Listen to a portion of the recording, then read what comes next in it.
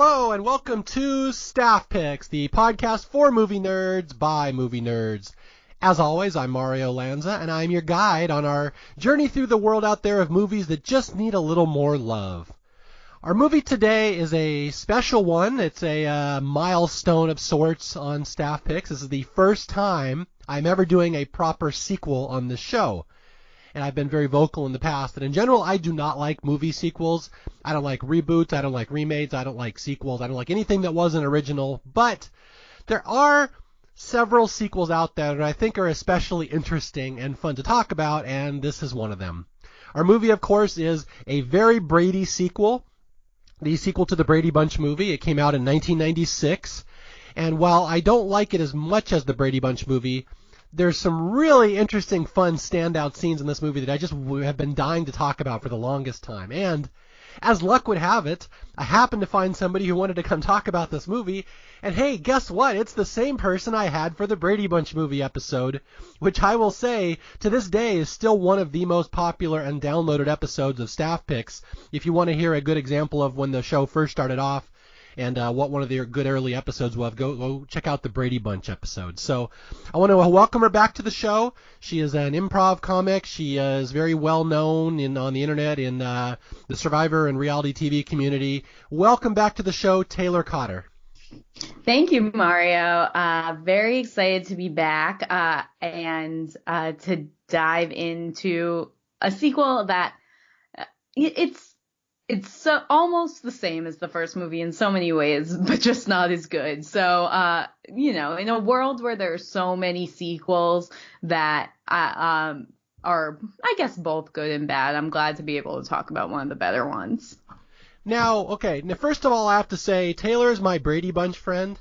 And I will say that as you go through life, you make friends from different areas of life. Like, oh, this is my sports friend. This is my, TV friend. She's my Brady Bunch friend. Anytime I post or see someone talk about Brady Bunch or Brady Bunch movie, it's Taylor. So we have had this relationship on the internet for quite a while. And you have told me you saw this movie, the sequel, before you saw the original movie, correct? Yes, that's true. I was pretty young. I was born in 1989, but I became probably a big Brady Bunch fan around 96, 97, 98, which is really when I got into TV in an unhealthy way.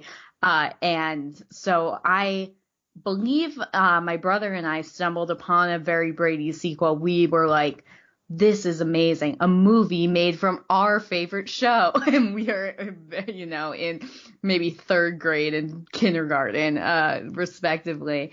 And then I remember very clearly, like, us really telling my mom, like, how much we wanted to get it, I think from the library, and a librarian having to tell my mom, like, oh, just so you know, this isn't like a real Brady Bunch movie. It's kind of a spoof. And it's actually, like, not for kids. And my mom caved. And we saw this movie pretty young. So jokes that went over my head. And you know what? Probably would have gone over my head 5 years ago or 10 years ago on this watch. I finally got. So we saw the first one maybe in 97 or we saw a Very Brady Sequel in 97 or 98. And then probably the Brady Bunch movie a little bit after that. Okay, now, which one of the two do you prefer? You said you didn't like the sequel as much. Is that just you trying to please me, or do you actually like the first one more? So I always liked the sequel better for a long time, and there are still a couple things I prefer about the sequel. I think there's some, like, darker stuff to it, which I like better. But in the past year since we watched the Brady Bunch movie and now watching A Very Brady Sequel, it's not as tight and it's not as funny.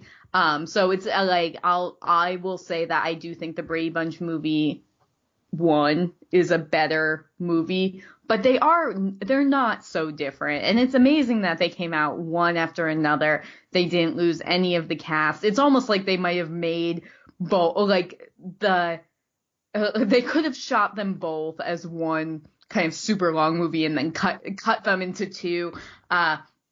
So I kind of like that one doesn't really exist without the other in my mind. Yeah, so you're comparing it to, like, Richard Donner shooting Superman and Superman 2, where the continuity has to stay? Yeah, exactly. Yeah. So, what's funny is that I grew up, I'm much older than you by 15 years, and I grew up watching, the Brady Bunch, and that was the show of my generation. And I love that someone of your generation grew up watching the Brady Bunch, or at least grew it up in reruns.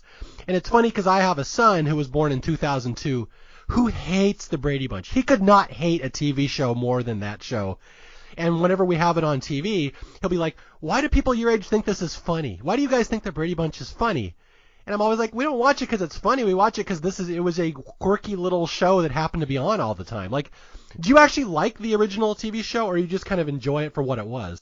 I haven't watched it in years and years, but I just remember liking it for what it was. Like, I was a kid, and even though you watched it in the 70s and I watched it in the 90s, we were probably close to the same age when we were watching it, and we were like, this is a nice show about a family. It's like, I watched The Brady Bunch, I watched Full House, I watched Family Matters, all the stuff that's like, okay, fun family sitcom about family stuff, and fun.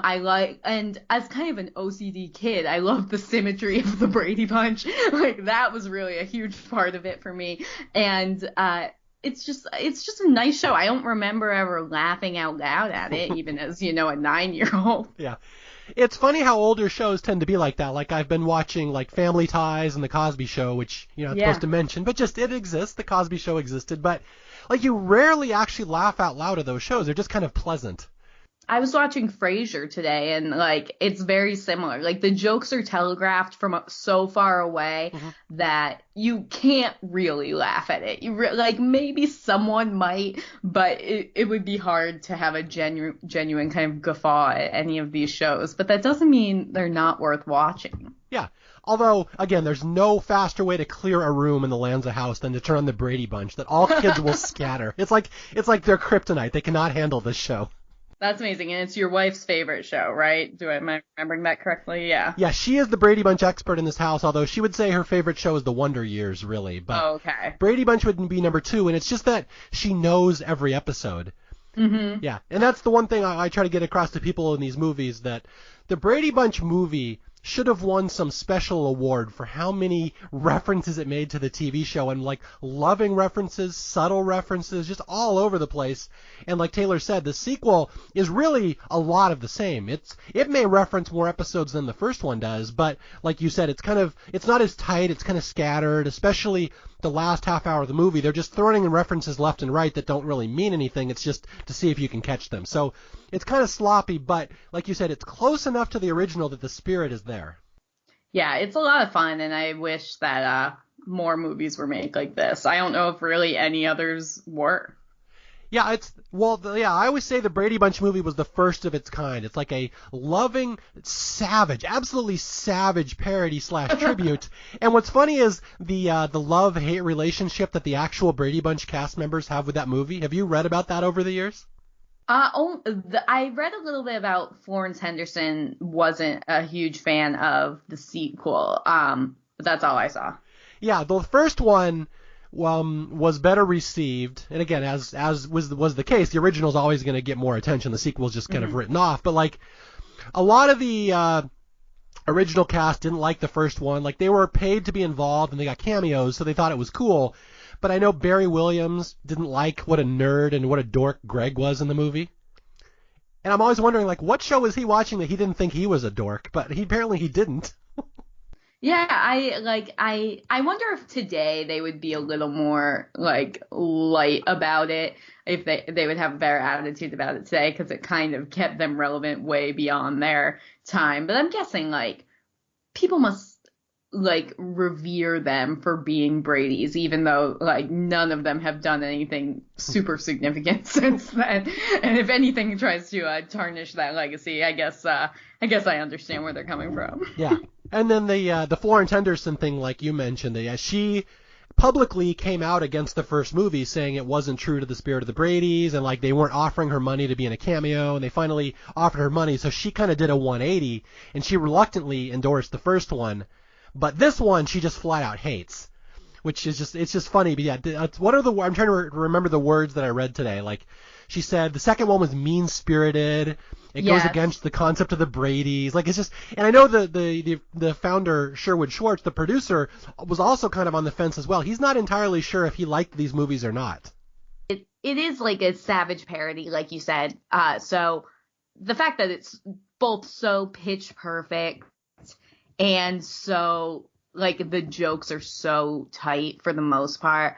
And like, I can understand that as a creator, that if someone is making fun of something you did, it's very easy to sort of be like, oh, they didn't get it. They don't understand it. Mm-hmm. But the people that made these movies, which I believe are two different teams of people, which is crazy, they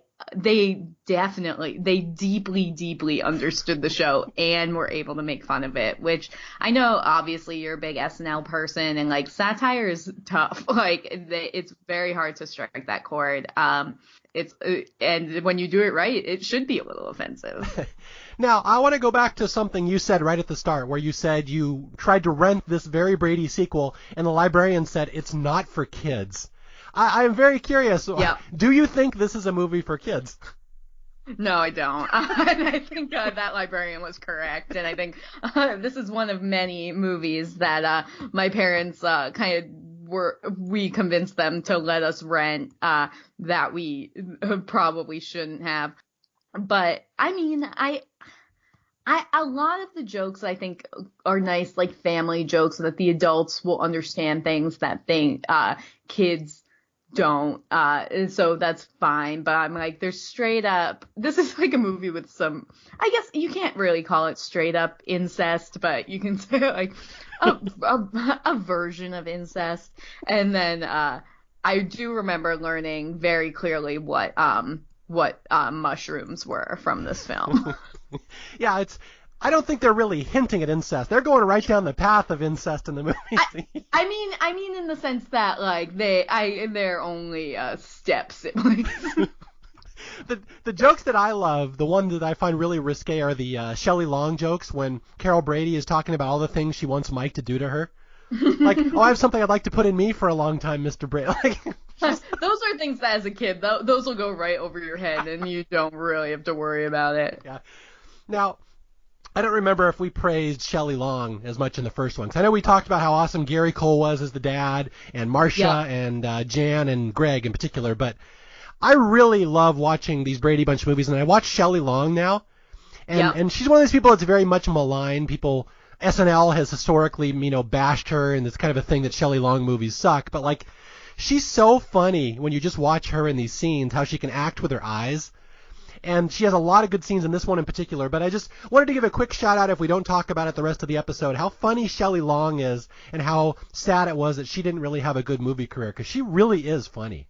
She rocks. And I, since we last talked, also got very into Cheers, which I had never watched. And she is truly amazing. And I think it's like, she is like this kind of interesting niche actress, and like, she had kind of different things come up for her at different times. She's kind of like maybe a proto Judy Greer or someone like that. But she's so funny and such a good actress, and she's good at every point in her career. And it's a tragedy that she's not on a show now, because she would be like amazing. I think she's on like Modern Family kind of, but I actually think her character, spoiler alert, dies. And I actually thought about this after, like, months after we recorded the last podcast, that I didn't give enough credit to in the first movie, who's not even in this movie, is Michael McKean, who is so funny and has become one of my favorite actors. So he's in the first movie, but unfortunately doesn't make a reappearance here.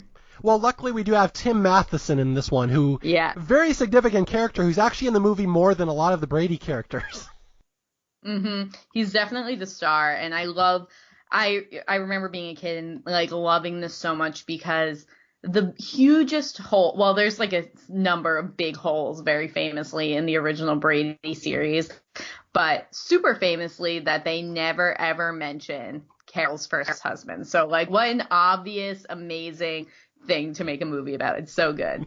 Okay, yeah, that will lead us. I guess we'll go into the plot here. Yeah. But yeah, that's the neat thing about this movie. That yeah, it's a dumb sequel and it's thrown together and it's more slapsticky and over the top than the first one. But it really delves into a part of Brady lore that is indeed true. This is part of the TV show that if you've never seen the Brady Bunch, this won't make much sense. But Carol's husband, Carol, she ends up single with all these three girls. She hooks up with Mike Brady and they become the Brady Bunch. It's never explained at any point ever in the TV show what happened to her first husband. And so that launches us right into this movie. Yeah, and it's super smart, and Tim Matheson is great. He definitely, you're right, is much more of kind of the star of the movie than maybe anyone else. But I won't even say like he fills that sort of Michael McKean role as like the sort of voice of reason, straight man character to this group of people that's supposed to be living as they're in the 70s, in the 90s, which is much less of a plot point in this movie. But it's good to have kind of like a curmudgeon-y mean guy, I guess, if that's the point you're trying to prove. Yes, who will at one point suggest that Cindy Brady be sent to a special school. Can't get more deliberately cruel than that. Yeah. Okay, let's. I just picture Florence Henderson cringing at horror when someone suggests that Cindy Brady might be special needs.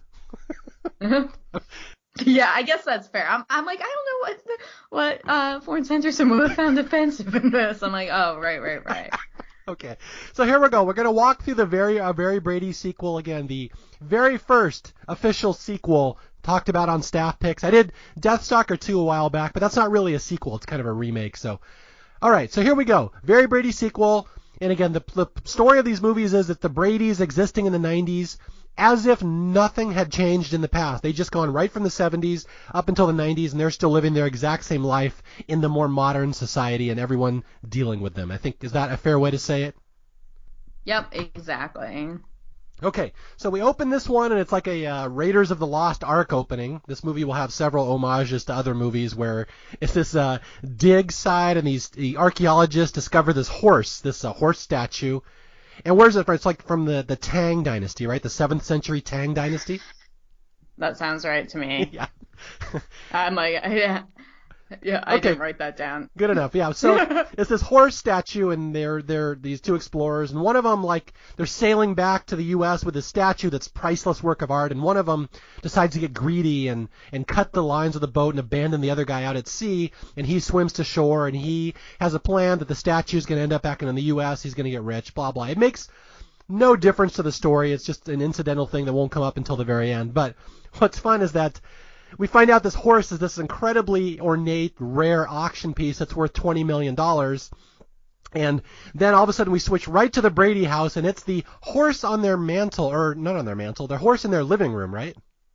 Mm-hmm, yep. And that horse is in every single damn episode of the Brady Bunch, right? Yep, and I believe it's never talked about in the actual series. Now, why would they talk about it? It's just a set piece. Yeah. It's a set piece that they probably threw in there in the first episode, never thought about again, but some big nerd took note of. Yeah. And that's, again, just these little Easter eggs for Brady Bunch nerds, that this damn horse that's in every single episode of the Brady Bunch that's sitting there in their living room becomes an entire plot point. It's like a $20 million statue. And so that's going to be the plot of this movie, is the bad guys trying to get this statue, and the Bradys being, as always, blissfully unaware that nefarious things are going on. Perfect. And yeah, very similar, not similar plot to the first point, but very first film, but very believable next step. Yes, because that's what we're looking for here, is the believability in the Brady Bunch movies. Okay, so we will start this movie, and again, it opens with the opening credits, and, whoa, who has that statue? What's their story? And we see all the Brady Bunch opening credits. It's the same as the first one, and we go through this, this innocuous opening of the movie where it's just like a Brady Bunch episode. It's the same stupid little bland subplots you would have seen on the TV show. What are some of the subplots that are going on right at the start here? So let me think. I'll try to remember them in order. I think we start with Jan and Marcia. They're not really doing a whole lot. They're talking about the summer. Jan wants a boyfriend. Marcia has a lot of guys after her, so Jan is starting to get anxious about a relationship. Then where do we go there? We go to Peter working in the architecture firm, which I do believe is a plot point from an episode. And so Peter, like, for some reason, they're making him work in the architecture firm with Mike Brady for the summer. And he's a bad architect, or he's probably, they don't really dig too deep into this, but it ends up being a kind of a plot point later. Then Bobby and Cindy are detectives. Again, like, just something like them planting seeds at the beginning of the movie for them to follow up with 80 minutes later. And then my favorite, Greg, is putting on a new persona of Johnny Bravo to be a cool guy. Yeah, and it kills me he never mentions Johnny Bravo in this movie. It kills me he never says the name. He doesn't say Johnny Bravo? Oh, I wonder if there's a trademark. Yes. The Johnny Bravo lobby was very upset about this. I think you also said that Jan is starting to get anxious about having a relationship. I don't think she's starting to get anxious. I think she's been in full-blown meltdown for quite a while, especially when Marcia gaslights her repeatedly. Very fair, yeah. So they're setting up for the amazing, very now famous George Glass storyline. Yeah. Yeah, we're already have about 8 different subplots from actual Brady Bunch episodes all going on here. They're all being thrown out, and they will all be resolved later through the movie. But it is funny how they will get twisted. And like we said, this is very much a darker version of the first movie. We're going to go in some deep, dark places. Although our first subplot we're going to wind up with is the House of Cards, which is one of the most all-time famous Brady Bunch moments. It's good. It's like they amazing. I don't remember. Well, I can't remember if the moving to the attic was an original. No, that's from the show. Point. That's from the show. Okay. But yes, I believe there's more than one Brady Bunch House of Cards in the series. It's like a common way they solve problems, which is amazing. And yeah, this is one of those things that, like, it's funny. I think it's funny if you know it. It's probably funny if you don't. Yeah, this is the common way to resolve conflict in the Brady house, that Greg wants to move to the attic and Marcia wants to move to the attic, and so they decide by building a house of cards. The House of Cards contest is the deal breaker. Whoever wins that wins the room, and so we have the scene right at the start of the movie where they're building a house of cards. And what's interesting is we do not have a definitive winner, which is kind of a flaw in the Brady Bunch justice system. No, and there is no winner. There's a Rube Goldberg series of events that has this whole thing end with I guess Jan. There's a basketball. Jan comes in, knocked over, big old mess. But we had to get to a point where I guess Marcia and Greg were sharing a room. So. All right, that's fair. But makes sense. Yeah. But this is why in ancient Greece, Plato advised against houses of cards being used to settle matters of the justice system. Yeah, you never know when someone's going to throw a basketball at it. Yeah. So basically what happens is they're doing the House of Cards to determine who's going to live in the attic, and this is all, Brady Bunch canon at this point, and then there's a bunch of series of events happen. The basketball comes flying down the stairs, which is a famous Brady Bunch moment, and then Jan spills a glass of juice on the horse, which I believe is another Brady Bunch moment. I'm not sure about that one. But at the end of the day, basically what happens is this priceless $20 million artifact, this Tang Dynasty horse, has been covered by grape juice, and they must send it off to the antique store to be cleaned, which, of course, was where the mom, Carol, walks in and says, "Alice, could you send this to the antique store?" And it never fails to get a rise out of my wife when she hears stuff like that. She's like, "Why don't you do anything, Carol? Why does Alice do all your crap?" Yeah, Carol, I don't really know how she spends her time. She has a cushy life. We'll leave it at that. Yeah, seriously. Alice making meatloaf every single night for the family, doing all the work. Carol does nothing. I have to say, as I've gotten older, I have much more appreciation for the Brady Bunch their aesthetic and like how their house is laid out and designed. So I'm like, maybe that's what Carol's working on. She's like putting together like a mid-century modern style here. So wait, you're giving no credit to the actual architect who lives in the house who may have designed it? That's fair, and he probably definitely designed it, right? That's one of the jokes in this movie. That all he knows how to design is a split level house. Yeah, that's actually one of my low key favorite quotes in this movie, where Mike is at the architecture firm and he's showing Peter all the designs he makes, and one of them is like a house that looks just like his. He goes, "You can see, here's the house. You can even see the little people potato sack racing in the backyard." Which apparently, according to Mike, that's what you must have in any house: potato sack races. Makes sense, yeah. Okay, so the House of Cards has fallen, and Greg and Marcia must share the attic, and this is, again, a historical Brady Bunch conflict. I think there's an episode called A Room at the Top. I hate that I know that, but I do. And so you think this is where it's going. It's just like a Brady Bunch episode, but now everything will be thrown asunder as we meet a new character, and all of a sudden there's a knock at the door, and Mike's like, "Oh, who's that?" And it turns out it's Tim Matheson, who says, "Hi, I'm Carol Brady's original husband, Roy Martin. I'm here to get her." And this is where the movie will spin off a little bit. Really amazing. And like it gave me another moment of thinking like, I can't believe. Well, I guess I got a little in the weeds because I was like, did Mike Brady adopt all those kids when they moved in with him or when they got married? He must have. That seems like not that crazy of a thing, I guess. Because I was like Martin, and I was like, I think that's canon, but I was like, all their last name was Martin until like 5 years ago in Brady timeline. Can you imagine in pop culture? We could have had a character named Marcia Martin. Yeah, there you go. Marcia Martin was a character. Nice of him to adopt them. Yeah, Mike Brady. Yeah, he either adopted them or he abducted them, depending on how dark you want to go for the timeline here. Yep. Yes. Mike Brady drives a windowless white van. All right, we're getting darker than the movie. I won't do that. All right, so anyway, yeah, Roy Martin shows up, and he's like, I'm Carol's first husband. And again, anybody who knows Brady mythology knows this could have been possible. We don't know what happened to this dude. And I do know, okay, I'll drop a little trivia on people. I know Sherwood Schwartz, the producer of the show, always said that he died because you couldn't do divorce on TV. And so it was implied that he died, but they were never allowed to actually say that. You couldn't say dead on TV that the husband died. I don't know. So that's why it was left open, and that's how this wonderful movie exists, all because of the network standards of the 60s. There's a lot of stuff in this show like that, like famously, there's no toilet in the bathroom and that kind of thing. But I'm surprised to hear that because they definitely said that Mike Brady's wife died, but women can die, but men can't die. Well, yeah, that's the thing. Men are supposed to be immortal back then, apparently. Yeah.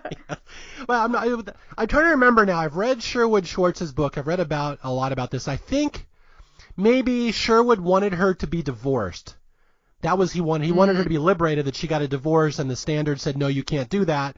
And so the network made him say that her husband died, but Sherwood, in a defiant gesture, just would not say that. He wouldn't let them win either. So I think that's what happened.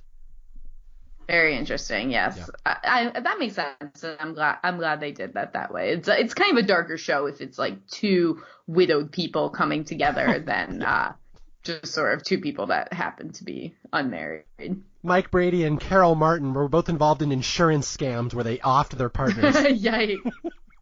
It's not quite so fun anymore. Yeah, exactly. All right, so yeah, there's a great line here where we meet Roy Martin and Mike Brady. I just love, again, Gary Cole, who I just love in these movies. This has a way of delivering the most ridiculous lines, and there's one here where he says, "Alice, this is Roy, Carol's first husband. He's not dead like we originally thought." Yeah, he's great. I'm sure I talked a lot about him in the first movie because I love him, and he's someone that has also taken some turns into like more serious acting. So to see him be like purely comedic and purely character here is awesome. Yeah. All right, so that's the storyline, that Roy Martin is a confidence man, a con artist. He is the guy at the start of the movie who tried to steal the horse, and he's trying to come up here to grab it from the Bradys and sell it, and he's got a whole scam where he's got a buyer that's going to buy it from him. So again, the loose trappings of a plot in this movie, that's where we're going here. We got a con man trying to pass himself off as Carol's husband.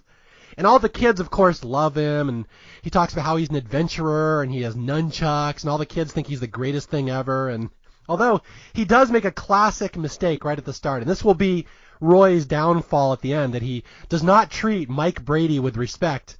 And that right at the start of the movie, Mike Brady gives a little lecture. He's going to give a lecture about houses and how they all stand together. And Roy interrupts him and says, "Do we have to hear the end of this?" And, oh, that is not a good thing. Do not interrupt a Mike Brady lecture.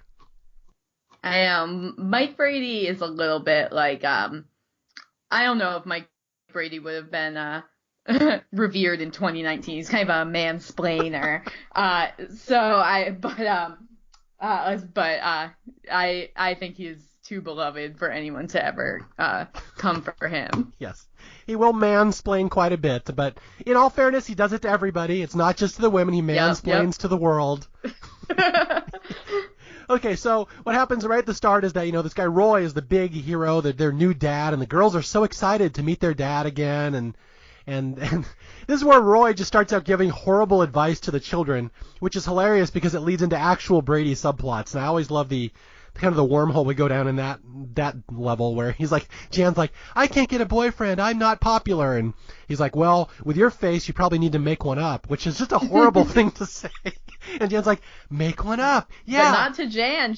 That's what she needed. She needed it. That's the kick in the butt Jan needed. So she goes out and makes up a boyfriend, which I'm not sure would be in the parenting manual how to treat that one, but she does, and so that's something that really happened on the Brady Bunch show. So I appreciate that they like backdoor into an actual Brady plot just because Roy's a dick. It's perfect. That is like one of the best things about the show is just that sort of like we have to justify these all these absurd things happening all at once, and they amazingly are able to do it. What's funny is I read a website once about the questionable parenting advice of Mike and Carol Brady, and someone pointed out how many horrible pieces of advice they gave their kids over the years that led to these really twisted subplots. So it is funny when you think about it, how many crazy things these Brady Bunch kids do in the TV show, and how it all had to come from this terrible advice they were getting from their parents. That makes sense. I don't know how these kids would turn out in real life. All right, so here we go. So now the movie's going to get really dark. And again, you think just introducing Carol's dead husband kind of twist the Brady mythology a little bit. Now we get a scene, and this is the one that really made me laugh the first time I saw it in the theater, where Greg and Marcia are upstairs sharing this bedroom. They're living in the attic. They have a curtain down the middle. And this is where the incest subplot starts. Yeah, and it is dark, and it is probably tasteless, but it is also one of my favorite things about the whole movie. Yes.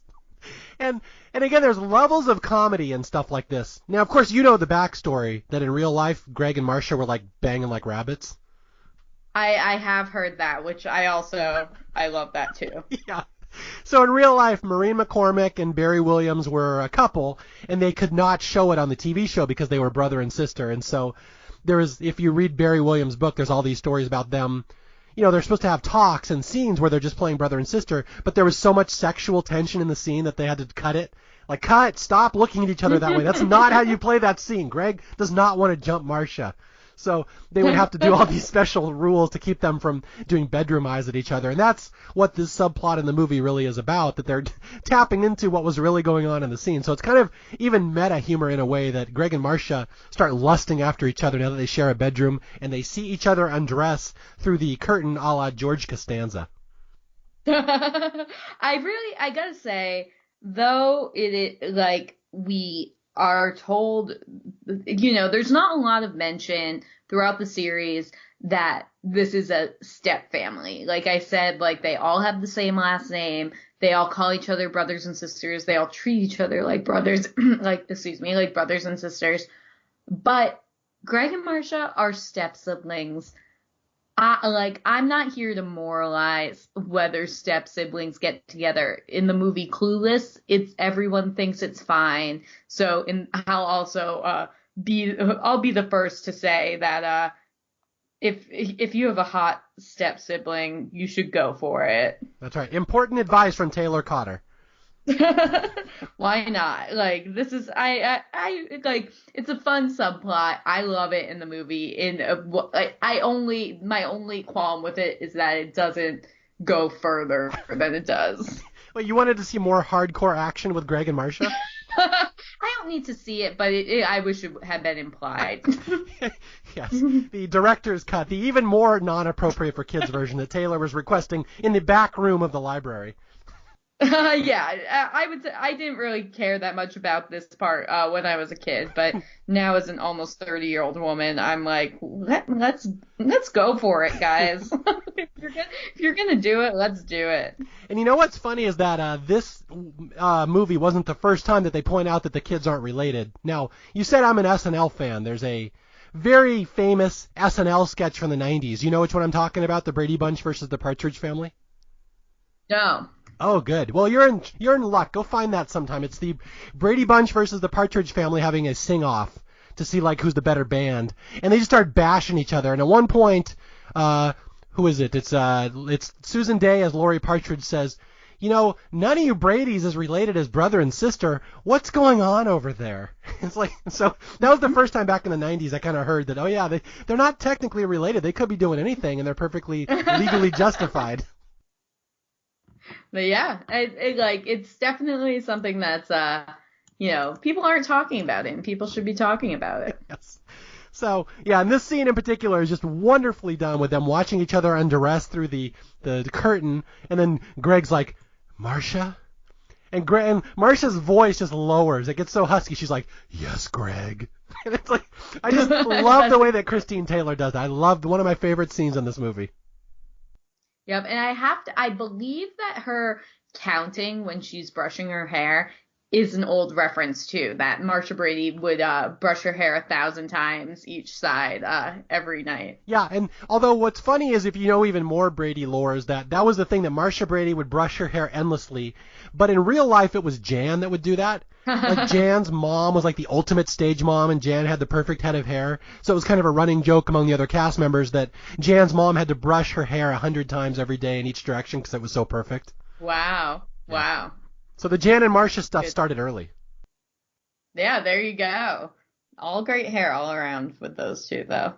So Greg and Marcia are slowly dipping their feet into the waters of incest up in the attic. And again, Florence Henderson cringing when she's watching this. No, that is not my Brady's. Yeah.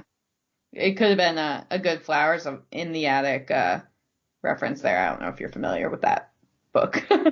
I actually am. Okay, yeah. There's something there. Yeah. Okay, so as Greg and Marcia are exploring the forbidden waters upstairs, we go downstairs, and this is like our first day with the family with this imposter, Mr. Martin, and he's all the kids love him, and he's just scouting around trying to figure out where this horse is. He can't figure it out, and they're all doing their Brady crap, and this is where we learn that Jan makes up a boyfriend, right? George Glass? Yes. This has become, I believe, like the most memed part of this movie because Marcia's reaction to Jan here, I guess a lot of people relate to. Yeah, you might want to explain that because I didn't know that was a big meme. Like, I know the Brady Bunch movie, and I only found out about a year ago that this "Okay, Jan" was like a huge deal. So kind of explain that to people. Yeah, I don't know how it became a meme because obviously I've been familiar with this movie and this scene for many, many years.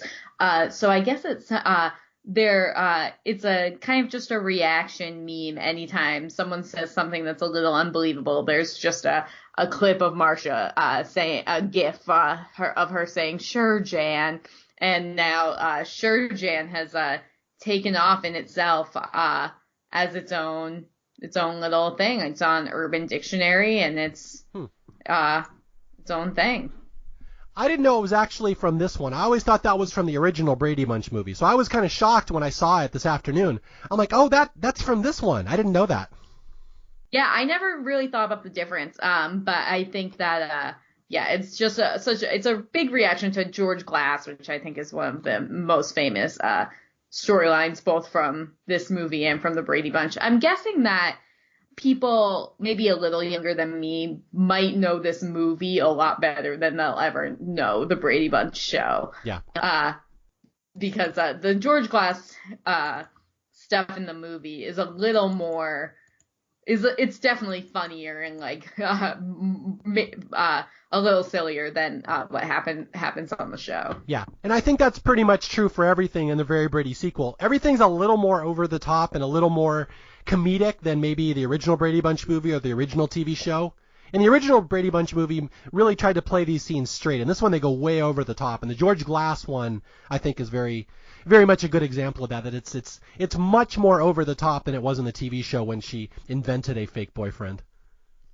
Yeah, I think it can be maybe seen as a little sad in the original canon, but here it's all in good fun. Jan, I think we probably talked about this in the first one. Jan is a pretty in the actual show a very sort of nothing character, like, and I think she's the one that they endowed the most with new qualities in the movie. Mm-hmm. So it's funny to see sort of these things that maybe were just sort of cute about her in the show be made into very sort of upsetting things. Yeah, when I was growing up, I never thought that Jan was especially sad. She was just a middle child, and if you watch the TV show, and again, I'm embarrassed to say I still watch it fairly regularly just because when it's on, I'll always watch it, but the thing is, Eve Plum, Jan, was like the best actress of the 6 Brady kids, and so they'd give her all the dramatic storylines. Anything that required emoting or emotions or like deep, intense scenes, they would give to Eve Plum. And so it's not so much that Jan was the saddest character, it's that she was the only actress that could really handle those. Yeah, that makes sense. And it all fits. It all makes a lot of sense. But I'm glad they took Jan in this direction for the movie because it's so much funnier. Yeah. Although I do have to give a little SNL shout out again to Melanie Hutzel. You might not know Melanie Hutzel's contributions to SNL, but she's the one that really kind of came up with this Jan Brady character on SNL around 93, 94, and every single thing was Jan just being put upon, and her life was horrible. So she kind of started this thing of people being fascinated by Jan. So this movie kind of just carries on what Melanie Hutzel first started. I think she should get some more credit in this movie. Yeah, she should have had a cameo. They could have thrown her a cameo for sure. All right, so we're going to race through a couple scenes here because I want to get to the really big standout moments. But there's a swimming pool scene here that a lot of people remember from this movie where Greg and Marcia and Jan are all at the swimming pool. We're in the summer now, and Jan's trying to get Marcia to believe that she has a fake boyfriend, and she tries to get George Glass to, page her over the PA. But the scene that most people remember here is Greg hitting on a girl, and it ends up being Marcia because he finds Marcia so hot from behind. Yeah. But the Moesha scene, which is the quote that everyone remembers from this sequel.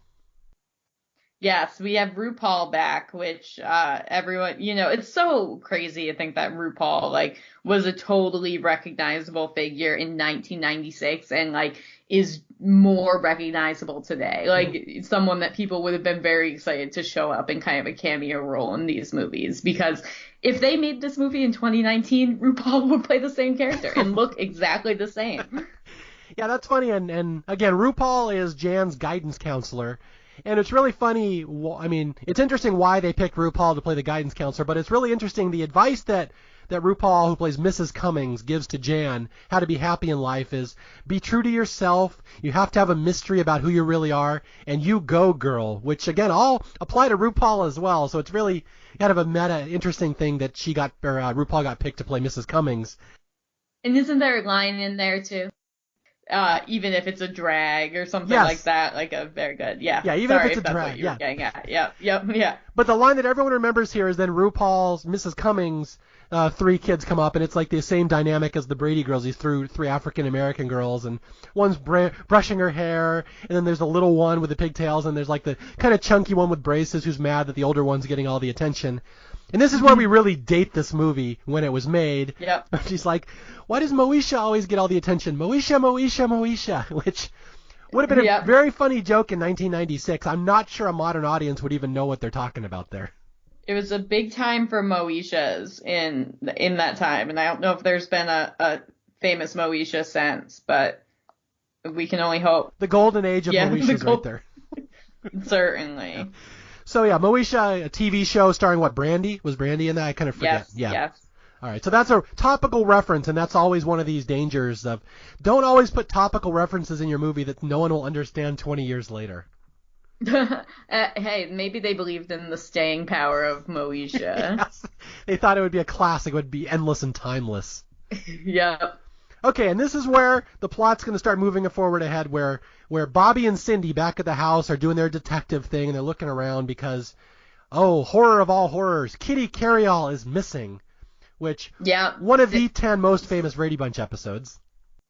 Yeah, I'm trying to, these are all things that are all in my head, but I can't remember them specifically. So if you want to refresh my memory about Kitty Carryall, I would appreciate it. Oh, yeah. No, in the real show, there's one where Cindy loses Kitty Carryall, and it's one of the most famous Brady Bunch episodes ever. She gets lost, and that's where Bobby has to break out his detective kit. So everything that happens in this scene is very well known in Brady Bunch canon.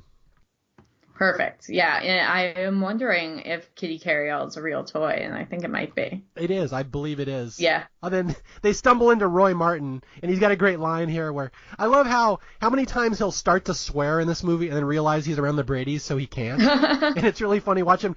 And it's really like me talking around my kids when they were like 5 years old. You have to censor your language. Yep. And so the kids come in, and Roy's like, kid, you scared the heck out of me. And he just starts bashing on these poor kids and making fun of Bobby and Cindy. And at one point, Bobby says, I'm a detective. I'm a private dick. Yep. And Roy just kind of like, nah, I can't touch that one. That's too easy. Yep. It's still a PG-13 movie, so they don't go crazy. But those little things are, just classic Brady stuff. Okay, and here we're going to go into the first really big standout set piece of this movie where he finds out, he's like, hey, kids, where's this horse? I've been looking for the horse. And they're like, oh, Mom took it to the charity auction. Or no, they took it to the antique store and it's getting washed. And that's where it is. And the guy's like, let's go do it right now. Let's go grab that horse. So they go outside and they get interrupted by the Brady kids who are going shopping for an anniversary present for their mom. And they're like, hey, Mr. Martin, you're our cool new dad. Let's go to the mall. Let's go shop together. And this is the scene that I will simultaneously say I love with every fiber of my being, and my son hates. If this scene comes on in this movie, he will flee the room because he hates it so much. All the singing? All the singing. Yeah, he cannot handle Brady Bunch songs. It's so good. I love them so much, and they are, not only do I love them, I feel like they're part of my DNA. I knew every word to this song, and I knew they do another musical number. I know every word to that song. It's just and that only must be from watching these stupid episodes and specials so many times, because there obviously I couldn't find these songs on the computer. So they to me are just so good. And like a lot of the songs, correct me if I'm wrong, I believe are from like 1 hour specials and sort of like different like talent show things that they would put on, because they weren't always from like normal episodes. No, you are actually incorrect. Every single song they have is from a legitimate Brady Bunch episode. That was the thing. The stage managers and the parents and stuff of these Brady kids back in the 60s, they knew that their kids had a limited shelf life as teen stars, so they tried to branch them off into singing. And Barry Williams wanted to be a Broadway star. So they were forever trying to push the writers into put more musical acts into the show to diversify our kids. That makes sense. I'm thinking of the Brady Bunch Variety Hour. Yes. Which, yes. And so maybe there were some songs on that. I don't know. Maybe they were different, but that all sounds right to me. And I actually did see Barry Williams in a touring production once of The Sound of Music. So I guess he got there. He did. But yep. So yeah, I do remember them doing these like different variety shows where they would do all sorts of like different songs. But now I'm looking at that and it seems like it's a lot of covers and different like kind of Sonny and Cher type stuff, or like public domain kind of song. All right, I'll fill in most of our younger audience who may not know this. The Brady Bunch kids there was an effort to turn them into a singing group just to diversify them, because the Partridge Family was doing that and they wanted the Bradys to kind of match them. So they would do original songs on the show and they'd put out albums. And then after the Brady Bunch ended, there were all the spin-offs, the Brady Bunch Variety Hour, the serious stuff. But yeah, you're thinking of that Brady Bunch Variety Hour, which was absolutely embarrassing and horrifying when you watch it now, because it was like the Donnie and Marie show or like the Sonny and Cher, and they're doing covers. Yep, and that's where I remember them being in a lot of matching outfits and such too. Yeah, and half the kids did not want to be there and couldn't sing to begin with, so it was like a nightmare. But yeah, these ones in the movie, these are from actual Brady Bunch episodes. Like this one is the time to change montage. And I will give a little Southern California trivia. They go out to the mall and they do this whole montage to It's Time to Change, and they're dancing around and shopping and singing. And where they are is at in Santa Monica, California by LA. There's a boardwalk, and there's a little, I think it was called Santa Monica Place or something like that. And if you know your movies, it's the same place they filmed Pee-wee's Big Adventure, where Pee-wee gets his bike stolen. You can kind of tell it's the same area. It's this outdoor little mall. Yeah, so that's where they're dancing and singing around there. Awesome. I love it. It's a great scene. Very fun. Great song. Head to toe. Yeah, one of the most iconic Brady songs, and it gets a little shout out here. And again, like I said, I don't like the sequel as much as the original, but there's about 4 things of the sequel that I think should have been in the original because they're so good. And this is one of those scenes where we got the time to change dance. Well, now I'm Googling while we're talking, but I'm now kind of remembering that this famously is the song that Peter is singing when his voice is changing. Yes. Although they do not, they do not do the voice crack in the middle of this one. They do the legit version. Yeah, fair enough. But yeah, that would have been a good thing to sneak in there. When it's time to change, then it's time to change. Don't fight the tide, come along for the ride. Because I was shocked they didn't have that song in the original movie, because I think that's the most famous Brady song, and they didn't include it. So I was so happy it showed up here. Yeah, would they have Sunshine Day in the first one? Yeah, they had that. They had Keep on Moving. They had Davy Jones. But we'll have the real famous one here, Time to Change. But at the end of this movie, we're going to get my favorite Brady song in a movie, period, when they're on the airplane. On the plane, yeah. So good. Okay, so as we're going through this, the kids are hanging out with Mr. Martin, and he cannot get his hands on the horse, and Carol's going through a moral dilemma where she's not sure if she should stay with Mike or stay with her original husband. And I'm just going to kind of skip through she goes to get a new hairstyle. We get a David Spade cameo, right? Yeah, that's the only kind of interesting part about this is David Spade shows up uncredited, which I only know because I was like, I gotta confirm that that's David Spade, right? But yeah, he kind of plays a weird sort of 90s hairdresser, but a fun little cameo for not a lot of fanfare for David Spade here. This is back when David Spade needed money very badly, I think. I thought that must have been it because I was like, is this like pre-SNL or like he was on SNL at this time? I think he had just left SNL. This is like he's like doing a little cameo after he left. So he needed a paycheck, I think would be the proper terminology there. Got it. Yeah. Although I will say, another shout out to Shelley Long. It's a really kind of forgettable scene in this movie where she gets a new hairstyle and David Spade's trying to give her more different hair. But watch this scene and watch how good Shelley Long is at acting with her eyes and just responding to everything around the room. Like, she's really legitimately funny, and it really does bug me she didn't have a better career, because she could do stuff like that and slapstick that a lot of actresses of that era weren't really doing. She was just, like, legitimately just, like, rubbery and bouncy and funny, and so it's this scene in particular, it always stands out to me when I see it. Yeah, she's a true comedic actress, and before her time, I don't know, she probably wouldn't be appreciated today either. Yeah, well, that's the thing. She was kind of after her time, like almost like in the Lucille Ball mold, and like she just didn't really have the vehicle that supported that, because she really could have done a lot. Totally. Okay, so as all this is going on, Roy is still trying to get his hands on the horse, and everyone loves Roy. They think he's great, except Mike. Mike Brady is forever skeptical of their new house guest. And there's a great scene where he's mad that Roy gave his son nunchucks, which you do not give weapons to children. And Mike's like, "Yep. Could I tell you, Roy, what it means to be a good guest?" And Roy's like, "Can I stop you?"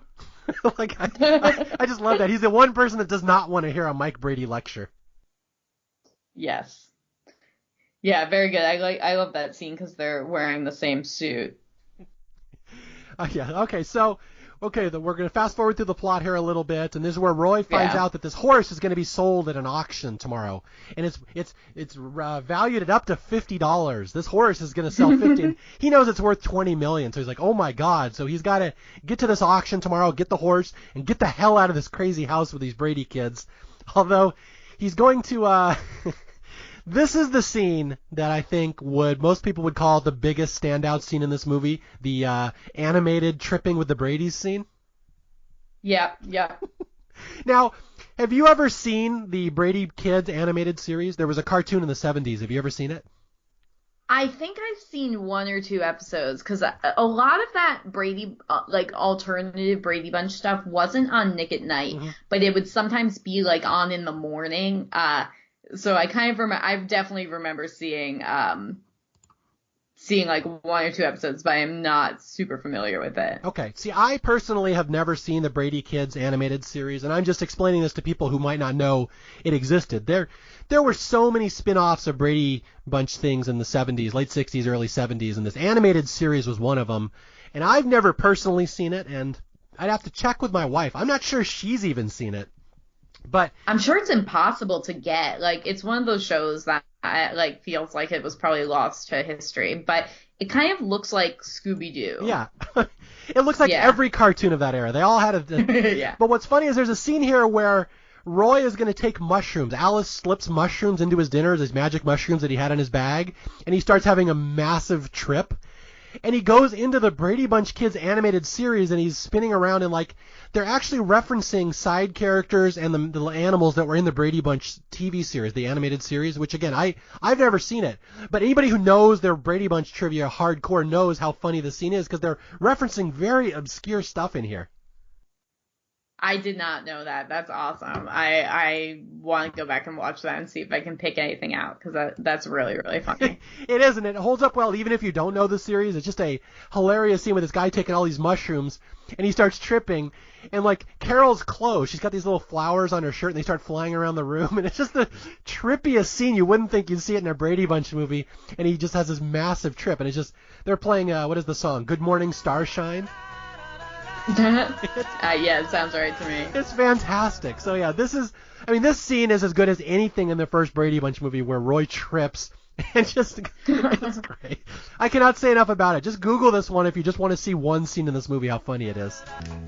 Yeah, that's a good one. And I think, yeah, like I said, like this is how I learned about tripping on mushrooms and what that meant. So thank you, this movie, for that good life knowledge to have. Yes, important lessons learned from the public library system. Yes. I have a feeling this movie is no longer available at the public library. Okay, so what's happening here? So we just random subplots of Jan still trying to convince Marcia she's got a boyfriend, George Glass. She calls like a sex hotline, which again, I'm sure Sherwood Schwartz was none too thrilled with his innocent little Brady girls calling a sex hotline. Mm-hmm. But perfect way to fake a boyfriend and be on the phone with the boyfriend. So, yeah, cute little throwaway scene that is actually one of the funnier things, for sure. Okay, and we're going to wrap up the Jan and Marcia subplot with them fighting over boyfriends where it's like a love triangle almost. So like Greg is in love with Marcia, and then Jan is trying to impress Marcia. It all goes through Marcia. And where they all start dating each other's rivals, and Jan brings a fake boyfriend, George Glass, where she literally starts dating a mannequin. Like this one gets kind of slapsticky over the top, but it's a funny scene where they all these people they pull into the scene. Like Greg starts dating Kathy Lawrence, who was the head cheerleader, and that's from an actual Brady Bunch episode that Greg voted for her to win over Marcia. And then Marcia starts dating Warren Mulaney, who was the class president over Greg. It's like these are all really canonical Brady Bunch plots that were thrown together here. Yes, and Warren Mulaney, is he in the first? He might show up in the first movie too. I don't know if I remember exactly, but I love that. And there is a little exposition there for anyone that may not be familiar with these characters, because they are Brady Bunch is like so unserialized as a TV show, and maybe I feel that way because I definitely didn't watch them in order, but I'm guessing that Kathy Lawrence made one appearance on the series, or and they aren't. they're deep cut references, I guess is what I'm getting at. They aren't things that maybe even like a big super fan would remember. Yeah, no, it's fantastic how deep some of these cuts go. And like you said at the start, we haven't really talked about this, but the people who made this movie are different from the people who made the original Brady Bunch movie. And I know we forgot to mention Betty Thomas. She was a very famous comedic actress in the 80s, turned to directing, and she directed the first Brady Bunch movie. And then there's like an entire new team for the second one. So it's really kind of interesting that they do have so much, continuity, because it's really made by two different teams.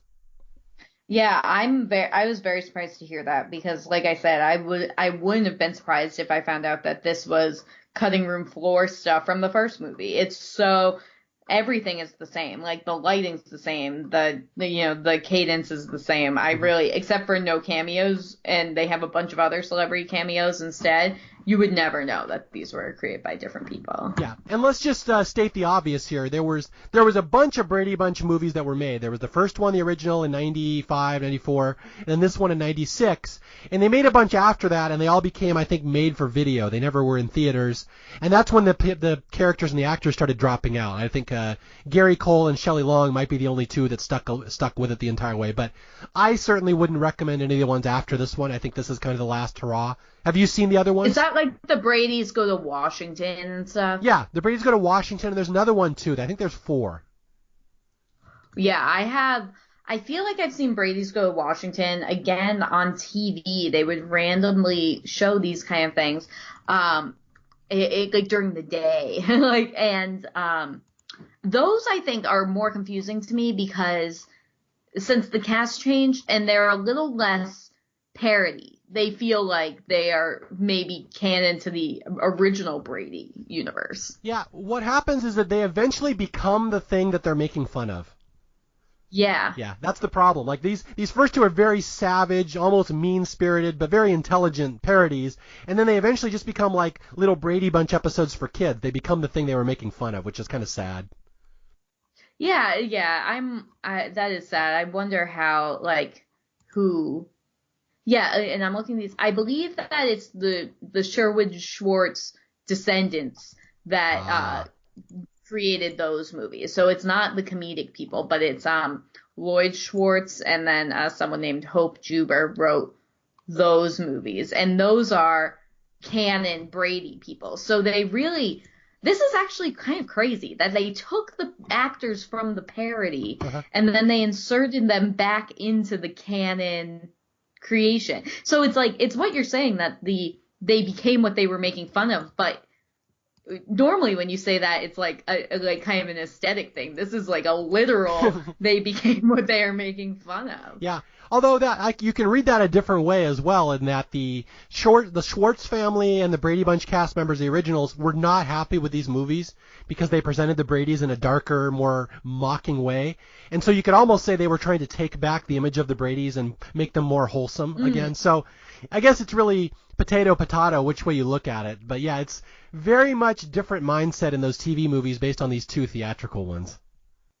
Yeah, it's definitely, I don't see that becoming a staff pick anytime soon, but it's something that I'm going to try to look for because I kind of want to see what's up with that. Well, yeah, and I will say something that's probably going to be very controversial. I don't want to piss off Brady Nation here, but the fact that the original cast and the original mom doesn't like these movies makes me care less what the original cast thinks because I think the movies are better than the TV show. So it's like, when I think of Mike and Carol Brady, I start thinking Gary Cole and Shelley Long because I think they're so good. I really couldn't care less what Florence Henderson thought about because I think her version of the Bradys was too far back in the past and didn't matter anymore. So that's my hot take of the day, that I think the movies are more important than the TV show. I think, like I said, I think probably at this point more people are familiar with the movies than the TV show, especially of the millennial generation. But more people are definitely familiar with the movies than they are with all these insane spin-offs that seem to have gone all the way through the mid-90s, that were part of the Schwartz legacy. And it's very bizarre, and it makes you really think that I mean, not that this is I'm not breaking any news by saying this, but people like Jerry Seinfeld who finished their show and capped it off and said, no more, we'll never come back, we'll never make a movie, blah, blah, blah. Like, they were kind of onto something, because how the Brady Bunch spins into complete insanity with what I'm saying. There's a show called The Brady Brides. Like, there's A Very Brady Christmas. There's another show called The Bradys that comes out in 1990. Like, it goes off the rails insanely fast with spin-offs. Yeah, and I was just going to say that for a lot of younger people won't know this, but they really did carry the Bradys over into the 80s, and they kept trying to make them happen. And like the Brady Bunch TV show was only on for 4 or 5 seasons in the late 60s, early 70s, and they just kept going, and it would come back. And this is, I will say, one of the lowest points in pop culture in my lifetime, and that's saying something. In the 80s, they had a remake of Leave It to Beaver. They had the new Leave It to Beaver with the original cast in the 80s, all as grown-ups. And they also had Brady something. It was called The Bradys, where it was like the grown-up version. The Bradys, yeah, the grown-up version of The Bradys. And like they were on at the same time, like this modern-day Leave It to Beaver and modern-day Brady Bunch. And I'm like, who wants to watch that? I don't care about that. But it was like a thing in the 80s. They kept trying to keep it going. It makes me feel like we will maybe get out of what I thought was a low point of today's television, where like the hot shows are Will and Grace and Murphy Brown and shows that went off the air a long time ago. So maybe this is just like a lull before a creative burst in television, if we're lucky. That this isn't the first era of all remakes. Oh, yeah, I kind of worry that's going to happen. Although it does give me hope that maybe in 10 years we'll see a remake or a updated version of the Brady Bunch movie where Gary Cole and all them come back and now they're older. Like, wow, now we're getting really meta. The second wave of the second version of the Brady Bunch. That would be very good. If that's the long game they're playing here, then it's worth it. That's right. That's the long game. There's always a long game with the Brady Bunch. There's always an ulterior motive. Yep. Okay, so to finish off the movie, again, it's a very slight movie. We were shocked we were able to fill an hour on this podcast because we were worried we wouldn't have enough to talk about. But we're not even to the end of the movie. So yeah, basically Roy goes and he tries to win the horse at the auction and he loses out to Zsa Zsa Gabor of all people, which is another perfect... and Rosie O'Donnell. Because that's who you want, the celebrity cameo of Rosie O'Donnell, who's like the big talk show at the time. In fact, that might be before her talk show. I kind of forget. Maybe a little before, but just around that time. But I was thinking, I was like, wow, like it doesn't faze me now, and it wouldn't have fazed me then to see Rosie O'Donnell in a movie. I feel like she was truly everywhere, and that it's barely considered a cameo because she was in everything. Yeah, and the Zsa Zsa Gabor stuff is more of that topical humor, like she had just got arrested for slapping a cop and they reference it in the movie, and like, don't put that in your movie, that's not, no one's going to know that reference in 20 years, but okay. Yep. So anyway, the end of the movie is Roy, he gets the horse and he takes it to Hawaii, but the kids find him out. Bobby and Cindy have found out that he's a charlatan, he's a ne'er-do-well, and they point him out to the dad, and like they all confront Roy back at the house, and Roy pulls out a gun and he's like, I've got the horse, I'm gonna fly to Hawaii, I'm gonna go sell it, and I'm gonna take Carol as a hostage. And I just love the scene, how dark it is, where the kids say, no, don't take Mom, take Jan. Yeah. Maybe that's what they meant when they got a little dark here. Yep.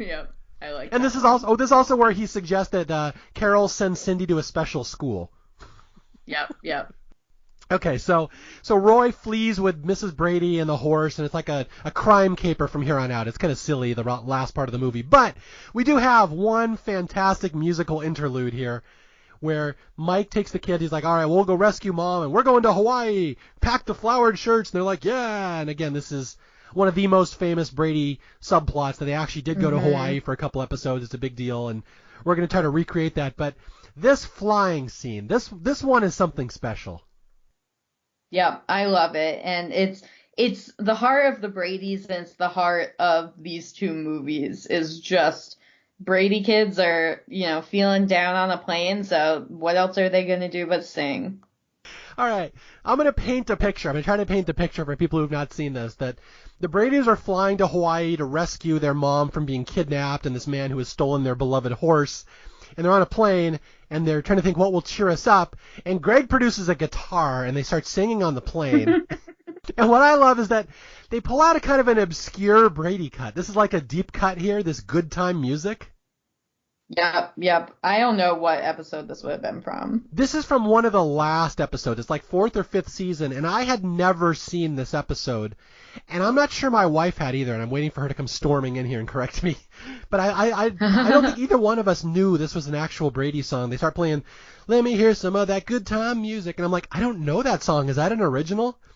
But the choreography on this scene kills me. And I think this is as funny as almost anything from the first movie. It's up there with the Davy Jones jokes and stuff, where they do this little clap dance where they clap and raise their hands and dance around the plane. And it's just fantastic. And I'm like, man, this was a fun scene. You could just see how much joy they're having singing and dancing. Like, is this your favorite scene in this movie, or do you like The Time to Change? Which one would be the standout? Of I this one's better for sure. It's definitely a less iconic song, but the dancing is so good. I wish that, like, my only kind of flaw in rewatch is like just a note is like it was hard to tell until the end, like, whether the crowd was really hating it or just kind of tolerating it. And I'm like, had I been there, I would have loved it. And I think a lot of people would have loved it. Or at least had, like, some sort of, like, more shock and awe reaction than, like, kind of just mild annoyance that the crowd showed to it.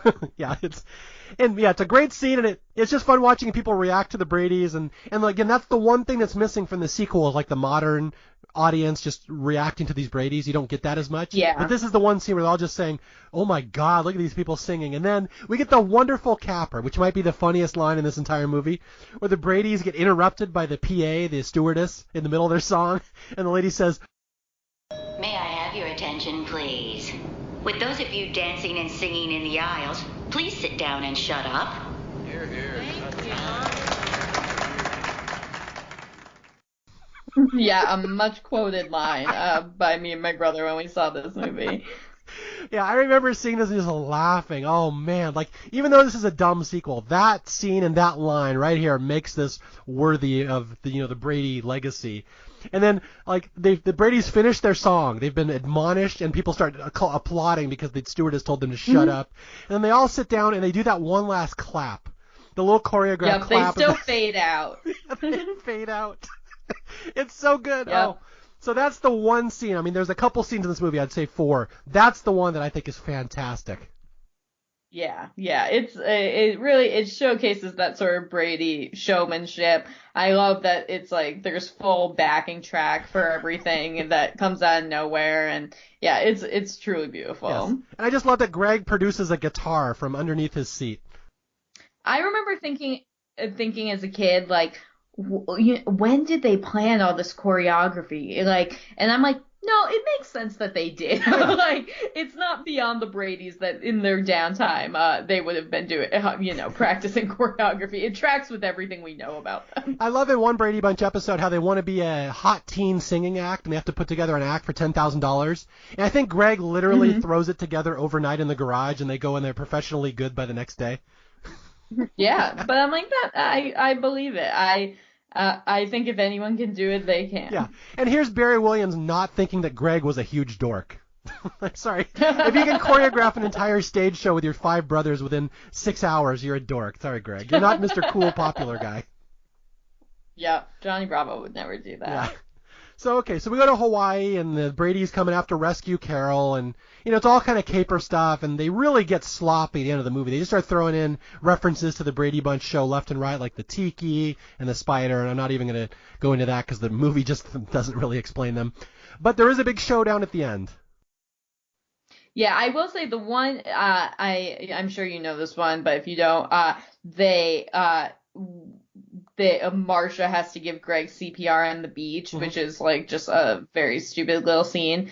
And then Greg gets a boner and then runs away and says something suddenly came up, which I think is another classic Brady reference that is lampooned here in an excellent top tier way. So that's one of the ones I appreciated very much on a rewatch. Yeah, they did that in the first movie as well with Charlie Anderson, the nerdy guy. Yep. Yeah, he pops wood and he's like, oh, something came. So, yeah, they're going back to the well. Oh, yeah. Yeah, no one challenges me on the original Brady Bunch movie trivia. I know that one inside and out. Yeah, you know that. I forgot that in the original movie, but I liked it in this one. Yeah, this is the first time it happens to Greg, and of course it is with Marcia. Yep, of Okay, course. so the end of the movie is the big showdown. They end up at this Hawaiian mansion, and who is it, Dr. Whitehead, and this is where Carol explains the plan. She's like, "Oh, you're the art dealer. You're going to buy this thing from Roy, but he's a con artist. It's my horse. It's my statue." And we have this big confrontation at the end with with Dr. Whitehead and Roy, and then Mike and the whole family comes up, and it's kind of silly. I don't really like the end of this movie, although there's a great line here that I remember when I first saw this movie. That was really clever. It's where we find out who Carol's husband really was. Yep. This is fun. This is funny, and I'll give them this, even though it's convoluted, but I don't mind it. Okay, yeah. For those of you who don't know, of course, there were other TV shows around the 60s, around the time of the Brady Bunch, such as I Dream of Jeannie, which will be referenced at the end of this movie, and Gilligan's Island, which was the other big one around that time. And this is where we find out from where Dr. Whitehead explains, at the start of the movie, Roy, you cut this man's, you cut the line on his boat. You stranded him at sea. That was horrible. My son was on that boat. My son, the first mate, his name was Gilligan, and Carol's husband, the professor, and they may have been lost at sea. So this is where we find out in a very meta universe that Gilligan's Island and the Brady Bunch are connected because apparently the professor was Carol's first husband. Yeah, this is why them trying to make anything that happens in this movie canon, to the real Brady Bunch universe is insane. But it's very, very fun, and it's fun probably if you were a person watching TV in the 60s, or if you were a person watching a lot of Nick at Night like me. Oh yeah. No, I remember when I first saw this movie in the theater, I was kind of disappointed because it wasn't as good as the original Brady Bunch movie. But I love the songs, I love the tripping and the animation scene, and I love this line. This is the line that really stuck out to me, where we find out that Carol was married to the professor. And okay, that's clever. I will give you credit on that one. That was a good line. Yeah, it's good. It's fun to just have everything sort of come together like that. And then we get the grand finale where Mike, after the entire movie of doubting Roy, that he thinks Roy was a jerk, he finally punches him. And there's a great, again, there's not as many Gary Cole lines in this one compared to the first one, but this is a great lecture where he's like, Roy finally says, Mike, I'm going to kick your Brady butt. And all the kids gasp. They're like, and Mike's like, and Cindy's like, he said the B word. It's really good. And I will say my son heard that this morning. He was he hates this movie with a passion. And he said the B word. And my son's like, Brady? That's the B word, Brady. Screw the Bradys. Which I thought was funny. So anyway, yeah, so Mike Brady's like, Roy, you've deceived our family, stolen our horse, and kidnapped my wife. But when you use language like that in front of my kids, you've crossed the line. Then he punches him. Yeah, he punches him when we get Mike Brady, action hero, who finally stands up and punches out the bad guy and wins the day. I love it. They nail it at the end. Yeah, just kind of a very a little more intense than your typical Brady episode, but same message, I guess. Exactly. Although Mike Brady never resorted to violence, so that's the one thing. Maybe that was another thing that Sherwood Schwartz and Florence Henderson were thrilled about. Mike Brady would never punch anybody. Yep, that tracks. Although we do end with a quick little stinger, and this is something I always forget about this movie, that there's some neat little cameos in the last scene of the movie, where we go and we have the anniversary party. Mike and Carol renew their vows and they have their wedding, and this is where we, not only do I think Greg and Marcia finally make out here, right? They start doing it right there. Yep. But we do get some cameos, some very important cameos in minor Brady Bunch lore. Do you know which two characters I'm talking about show up here at the end?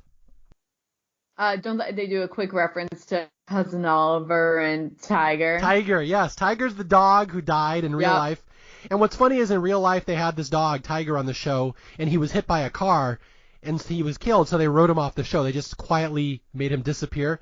And so Tiger makes a cameo in the scene, and he literally gets hit by a car, which I've got to say was not a nice way to off Tiger in this one as well. No, I kind of think, Cousin Oliver and Tiger are so famous that I wish that they gave them, there was some, that's way more famous than Kitty Carryall. It would have been really fun to have at least a Cousin Oliver show up in some way. Did he have a cameo in the first one? No, he never made it in the first one, and he only shows up here for like literally 3 seconds at the end of this one, where he's running after Tiger, and Bobby says, "Cousin Oliver, no!" And like, it's, if you know the show, you'd laugh, because that's again the typical adding of the cute kid at the end of a series when it's about to go off the air. In real life, they added this Cousin Oliver because he was younger than the Brady kids, so he makes a little cameo. Although I'm sad to say he is not hit by the car, only Tiger is. Ah, there you go. Yeah, those are such famous things, or like they just mean so much to people like me. It's hard for me to know what's actually like famous and popular from the Brady Bunch, since I watched it kind of pre-internet, before I like looked up every show I like on the internet, and such a, a way that made my life great and horrible. I don't know what's famous, but to me those seem so famous that I would have loved to have them have something a little more excited too. The kid who played Cousin Oliver, he's around. He's like a voice actor now or something. And I think they might have given him a cameo in something, but I can't remember what it was.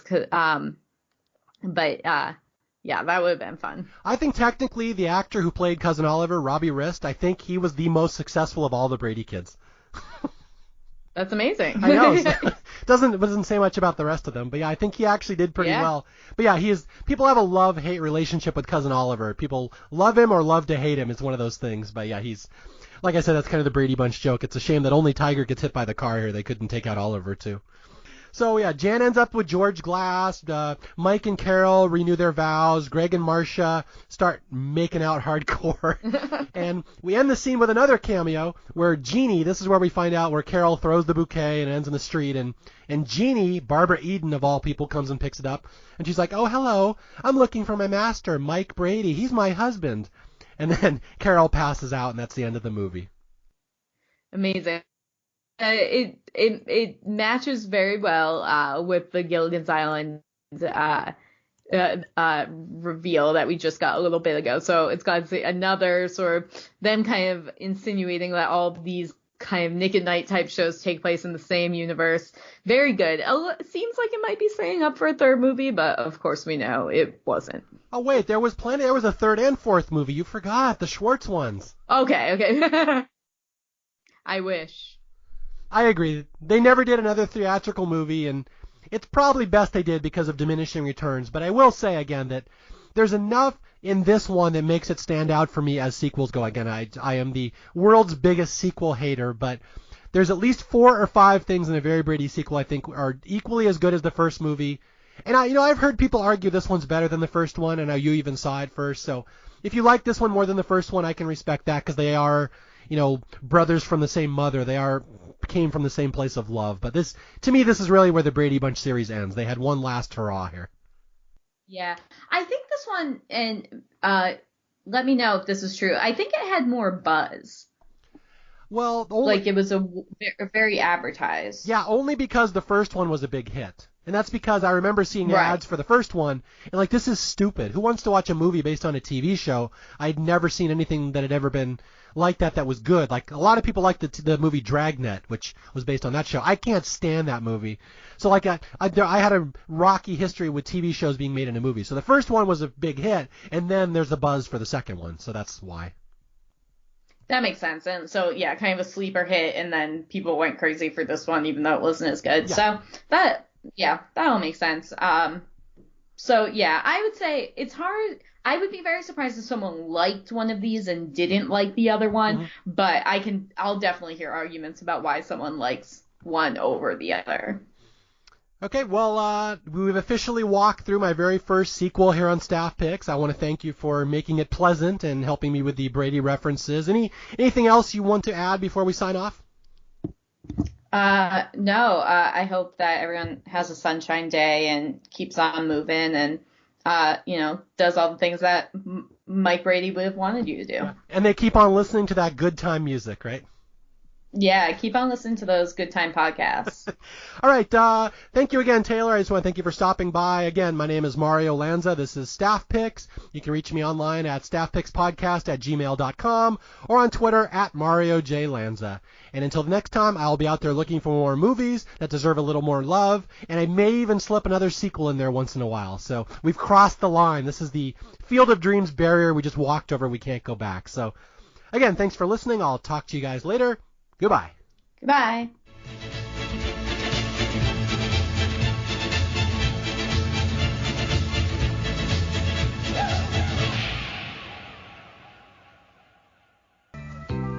Marcia. Yes, Greg. I mean, what?